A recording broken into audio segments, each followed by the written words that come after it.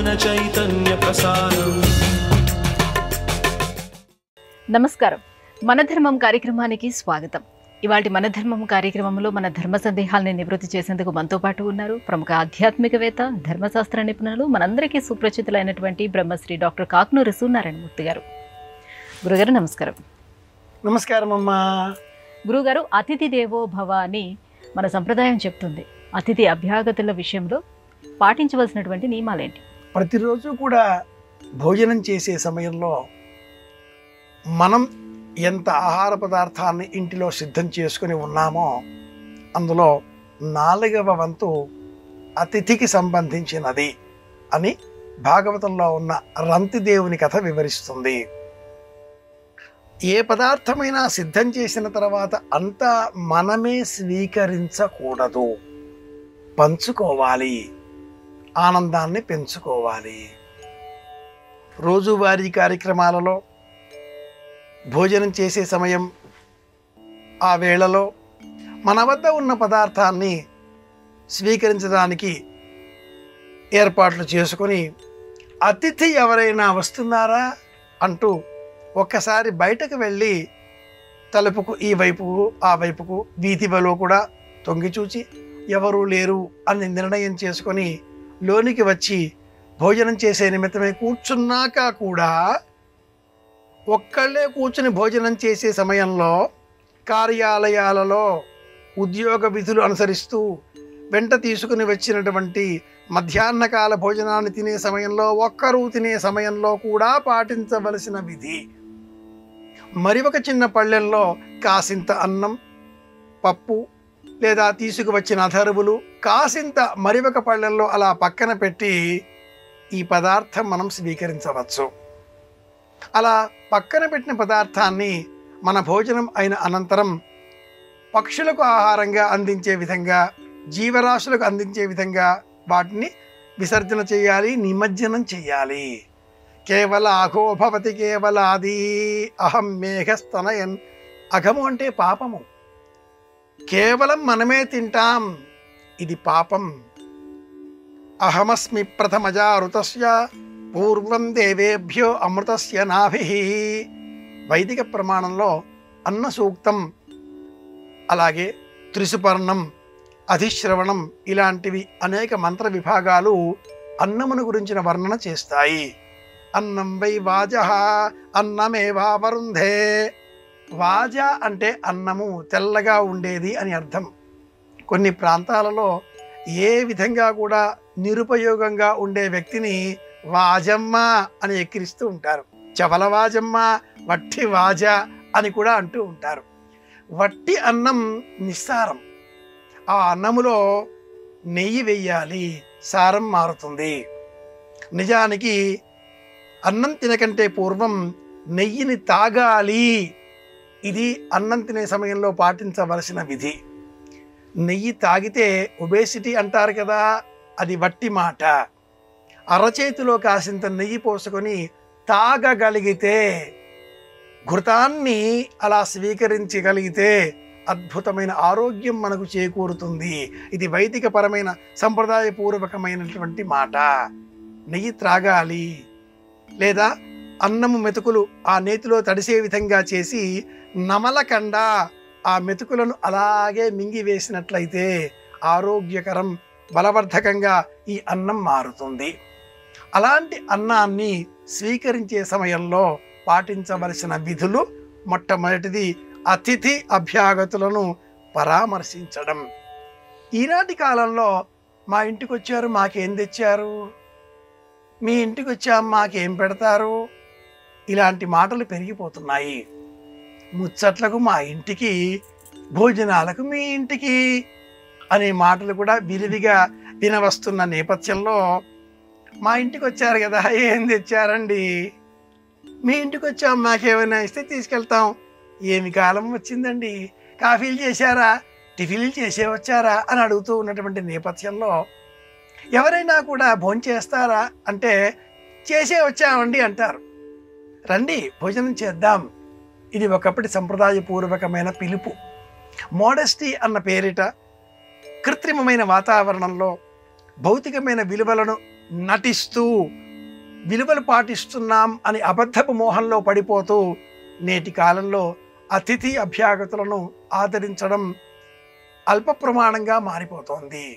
ఇది బాధాకరమైన విషయం. అతిథులను ఆదరించాలి, ఆశ్రయించాలి, గౌరవించాలి, సమాదరించాలి. మనము వెళ్ళినప్పుడు అదేవిధంగా వారి ఆతిథ్యాన్ని స్వీకరించాలి. ఇది ప్రధానమైన లక్ష్యం. గురుగారు, షోడశ సంస్కారాలలో అన్నప్రాసన ఒకటి. అన్నప్రాసన శిశువులకు చేసేటప్పుడు ఎవరు చెయ్యాలి, ఎప్పుడు చేయాలి? లోకంలో ఉండే ఆచారం వేరు, ధర్మం వేరు.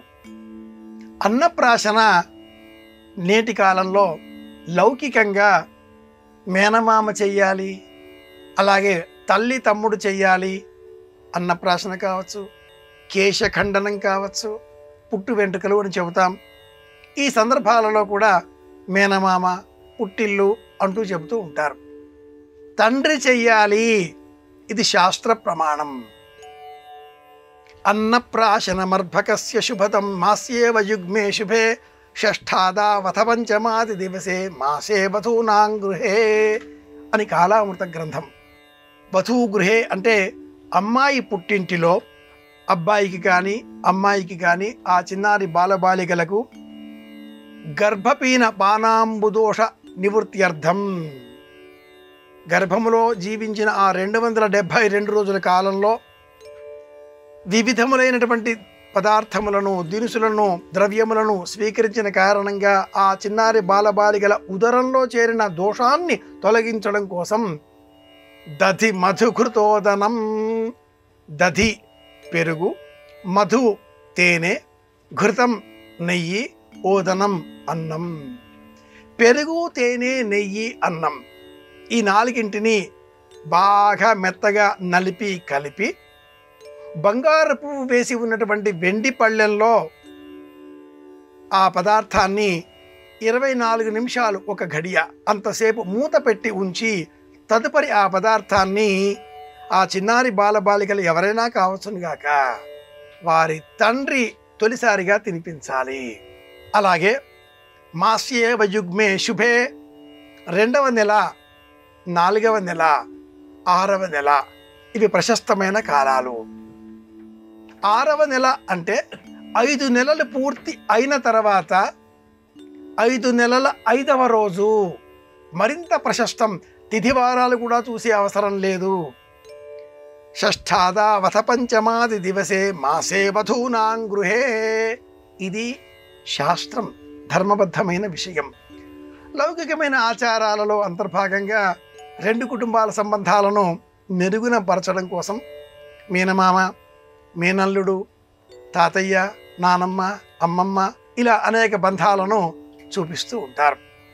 నిజానికి ఆ పిల్లలకు సంబంధించి సమస్త సపర్యలు, పరిచర్యలు చేసేటటువంటి ఇల్లు అమ్మమ్మ ఇల్లు. ఎవరైనా కూడా అమ్మమ్మ ఇల్లు అనగానే ఎగిరి గంతేస్తారు. ఏ పని చెయ్యని వాడిని బట్టి నాయనమ్మ బాపతు అనేటటువంటి తెలుగు మాట కూడా ఒకటి ఉంది. ఏ పని చేయనటువంటి వారిని నాయనమ్మ అని పిలుస్తూ ఉంటారు. చెవలవాజ అని ఎలా అంటారో నాయనమ్మ కూడా అలాంటిదే. అన్నప్రాశనం కానీ, పుట్టు వెంట్రుకలు కానీ పాటించేటటువంటి షోడశ సంస్కారాలలో అధిక భాగం మాతామహ గృహంలో అంటే అమ్మగారి ఇంట్లో, అమ్మమ్మ గారి ఇంట్లో జరగాలి. కర్త స్వయంగా చెయ్యాలి అంటే తండ్రి స్వయంగా చెయ్యాలి. ఇది శాస్త్రం, ఇది ధర్మం, ఇది ప్రమాణం. గురుగారు, భోజనం పూర్తయిన తర్వాత కూడా కొన్ని నియమాలు పాటించాలని మన సంప్రదాయం చెప్తుంది కదా, ఏమిటా నియమాలు? పదార్థం స్వీకరించే సమయంలో పళ్ళెల్లో ఇక ఏమీ లేకుండా చేయకూడదు.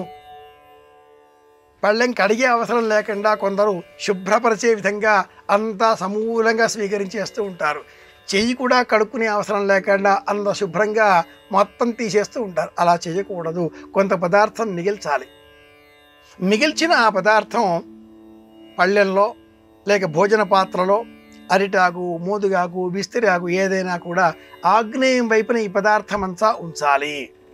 తర్వాత అరచేతిలో కాసింత నీరు పోసుకొని అమృతాపిధానమసి రౌరవే పుణ్యనిలయే పద్మార్బుద నివాసినాం అర్థినాముదకం దత్తం అక్షయ్యముపతిష్ఠతు.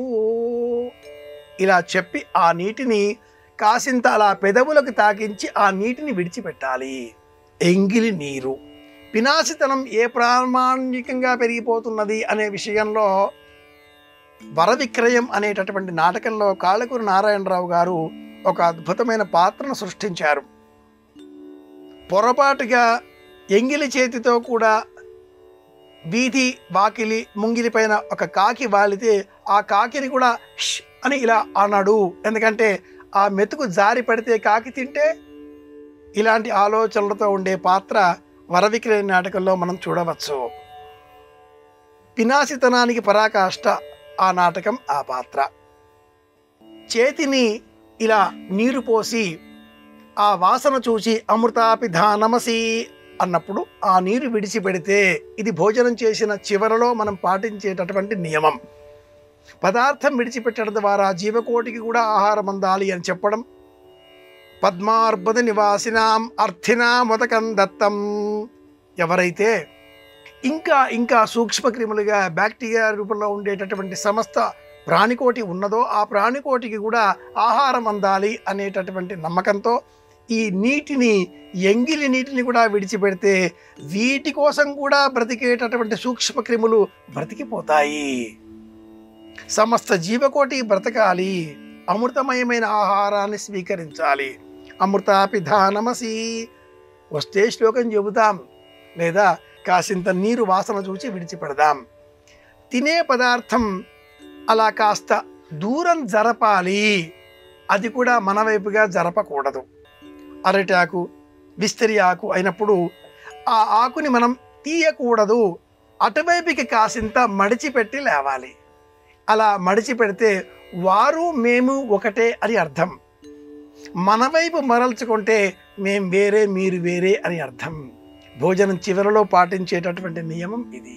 గురుగారు, శ్రీరామ పట్టాభిషేకం చిత్రపటం ఇంట్లో తప్పనిసరిగా ఉండాలని అంటారు. ఇంట్లో ఈ చిత్రపటాన్ని ఎక్కడ అమర్చుకోవాలి? శ్రీరామచంద్ర పరబ్రహ్మణే నమః. ఏ ఇంట్లో అయితే నిరంతరం రామనామస్మరణ ఉంటుందో ఆ ఇంట్లో వారికి సకల శుభాలు కలుగుతాయి. తిరుప్పావై పాశురాలలో కూడా అధిక భాగం రామస్మరణతో కూడుకునే ఉంటాయి. ధనుస్సు చూడగానే రాముడు జ్ఞాపకం వస్తాడు. అలాగే ధర్మమూర్తి అయిన ఆ మర్యాదా పురుషోత్తముడు రామచంద్రమూర్తి ఇల్లాలితో, సోదరులతో, ఆంజనేయుడితో కలిసి కూర్చున్నటువంటి చిత్రపటం దర్బార్ అన్న పేరిట లోక ప్రశస్తం. ఈ చిత్రపటాన్ని ప్రధాన గృహంలోని అతిథి గృహంలో, అంటే ఆంగ్లంలో చెప్పాలి డ్రాయింగ్ రూమ్లో, ఎదురుగా ఉండేటటువంటి ముందు వసారా డ్రాయింగ్ రూమ్లో పడమర గోడకు వేలాడదీయాలి. ఇల్లు తూర్పు ముఖంగా ఉన్నది అన్నప్పుడు ప్రధాన ద్వారానికి కాసింత పక్కగా ఎదురుగా ఉండేటటువంటి గోడ పడమర గోడ అవుతుంది. ఆ పడమర గోడకు ఇలా పట్టాభిషేక చిత్రపటాన్ని వేలాడదీసినట్లయితే ఇంటిలోనికి ఎవరు వచ్చినా కూడా రాగానే ముందు రామ దర్శనం అవుతుంది. ఆ చిత్రపటంలో రాముడు మాత్రమే కాకుండా రాముడు, సీత, భరతుడు, శత్రుఘ్నుడు, లక్ష్మణుడు, ఆంజనేయుడు, ఇలా పరివారమంతా, బంధుజనమంతా సోదరులతో కలిసిన ఆ రాముడి మూర్తిని, రాముడి చిత్రపటాన్ని, అర్చామూర్తిని, చిత్రంలో ఉండే ఆ సౌజన్య రూపాన్ని చూడగానే ఇంటిలోనికి వచ్చిన వారి మనసులో ఎన్ని ఆలోచనలు ఉన్నా అన్నీ విశ్లసలైపోయి అడుగున పడిపోయి ఆత్మీయ అనుబంధాలు పెరుగుతాయి. నిరంతరం ఇలా ఆ రామ చిత్రపటాన్ని చూడడంలో ఇంట్లో ఉండేటటువంటి వారి మనసులు కూడా ప్రశాంత స్థితిని పొందుతాయి. రాముడి చిత్రపటం ఇంటిలో డ్రాయింగ్ రూములో పడమర గోడకు వేలాడదీసినట్లయితే శుభం కలుగుతుంది.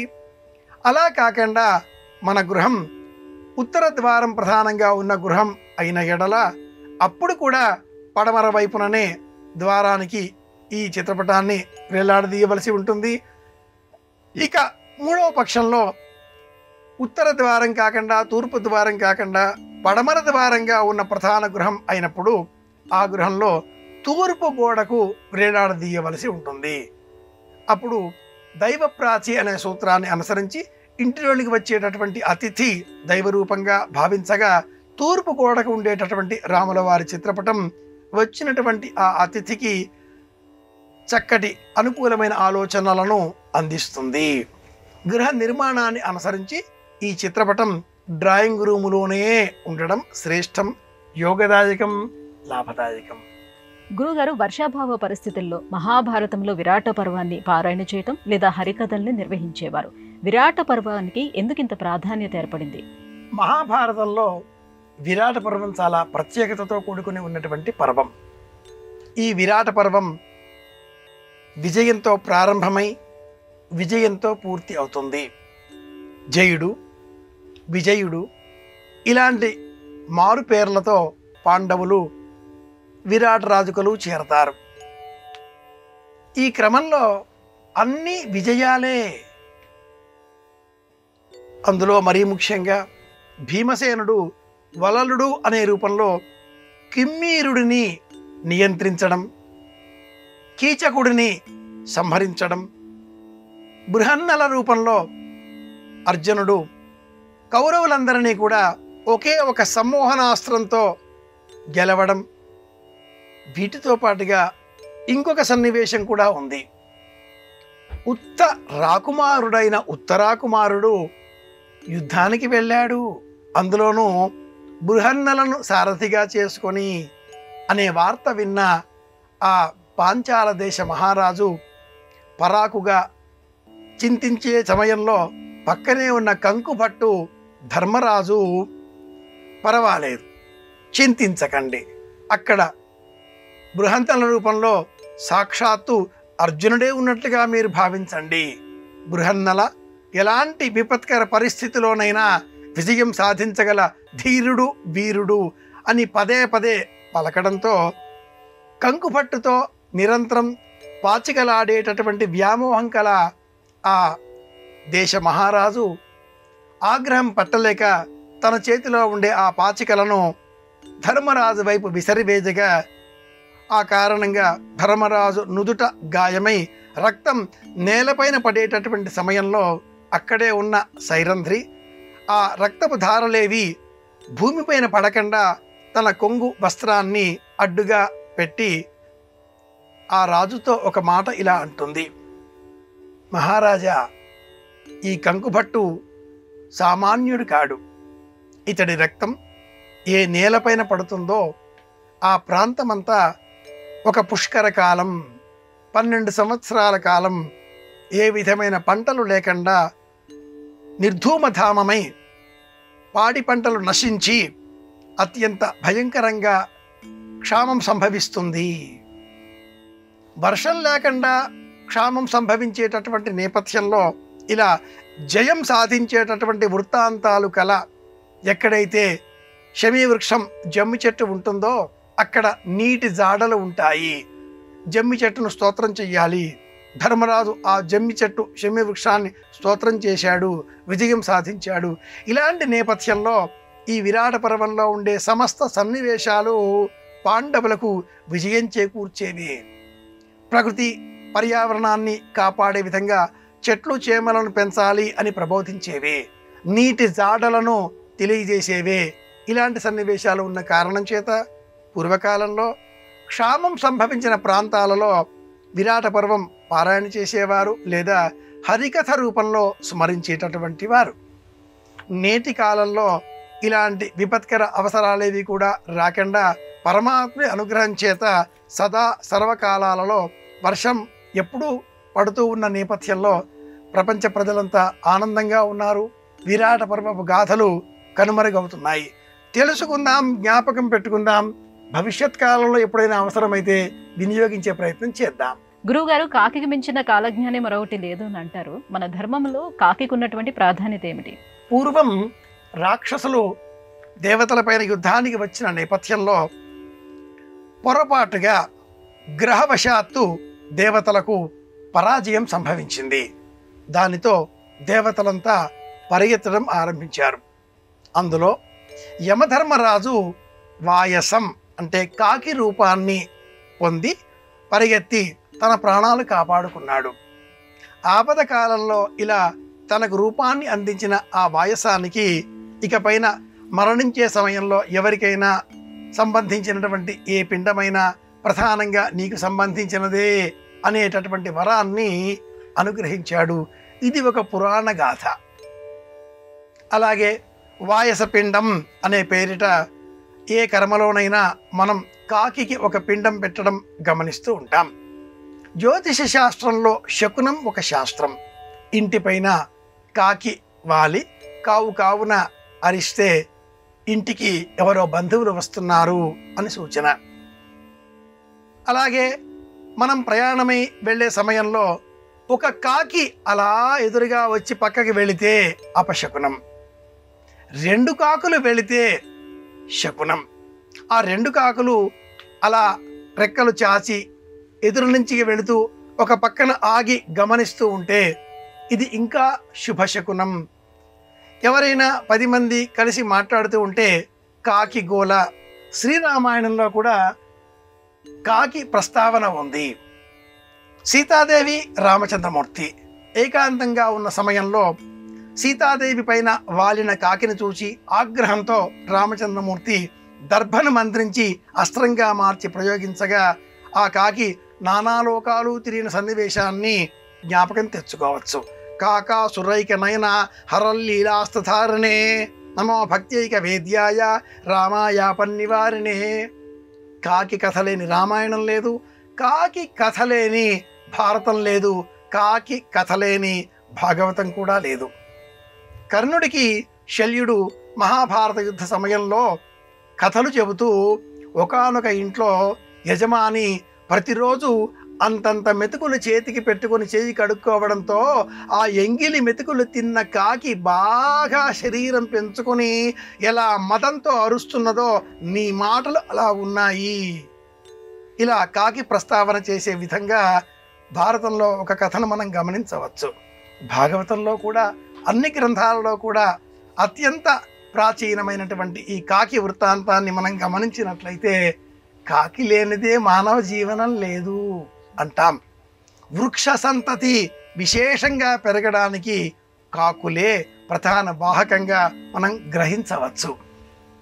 ఇంతటి సమైక్య భావం కల ఆ కాకి ఎంతగా మన గృహాలకు దగ్గరగా ఉంటుందో అంతగా శత్రుత్వ భావాలు కూడా పెంపొందిస్తుంది. ఇంటిలోనికి కాకి వస్తే ఇంటికి దోషం. వాస్తుశాంతి నిర్వహించాలి. ఏమిటి వాస్తుశాంతి? ఇంట్లోకి కాకి వస్తే బావిలో నీరు అడుగంటబోతోంది అనే శకునాన్ని ఇంటిలోనికి వచ్చిన కాకి సూచిస్తుంది. వెంటనే ఎక్కడైనా బోర్వెల్ వేయించే ప్రయత్నం చేయాలి.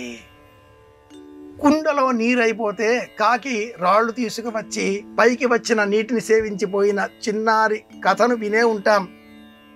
ఒక పుట్టలో ఉన్న పాము తన గుడ్లు తింటూ ఉంటే ఎలా రక్షించుకోవాలా అని ఆలోచించిన కాకి మహారాణి ఆభరణం తెచ్చి పుట్టలో వేయడంతో రాజభట్లు పుట్టను తవ్వి ఆ పామును చంపివేసిన కథని జ్ఞాపకం తెచ్చుకునే ఉంటాం. పంచతంత్రంలో కావచ్చు, పారమార్థిక జ్ఞానంలో కావచ్చు, సనాతన భారతీయంలో ఆధ్యాత్మిక ప్రపంచం అధిక భాగం కాకుల కథతో కలిసి ఉన్నది. ఏమిటి ఈ కాకి గోలా అంటూ ఉంటారు. అన్నభేది తిని ఒక్క కాకి మరణిస్తే మిగతా కాకులన్నీ కావు కావుమని మొరపెట్టగా ఇది కూడా పోతన్న భాగవతంలో పద్యమే. అలా కావు కావుమనే వృత్తాంతం వింటే బంధువుల కాకిగోల అంటూ మర్యాదగా తమాషాగా మాట్లాడుకునే సందర్భాలు కూడా ఉంటాయి. కనుక కావు కావు అనే ఈ మాటలు శాశ్వతం కావు. గురుగారు, ఇవాటి మన ధర్మం కార్యక్రమంలో మాకు వచ్చినటువంటి ధర్మ సందేహాలన్నీ కూడా నివృత్తి చేసినందుకు ధన్యవాదాలండి. కృష్ణార్పణం. ఇది ఇవాటి మన ధర్మం కార్యక్రమం. రేపు మన ధర్మం కార్యక్రమంలో మళ్ళీ కలుసుకుందాం. నమస్కారం. ఈ కార్యక్రమాన్ని తిరిగి చూడాలనుకుంటే www.youtube.com/@ETV Life Spiritual లో చూడవచ్చు.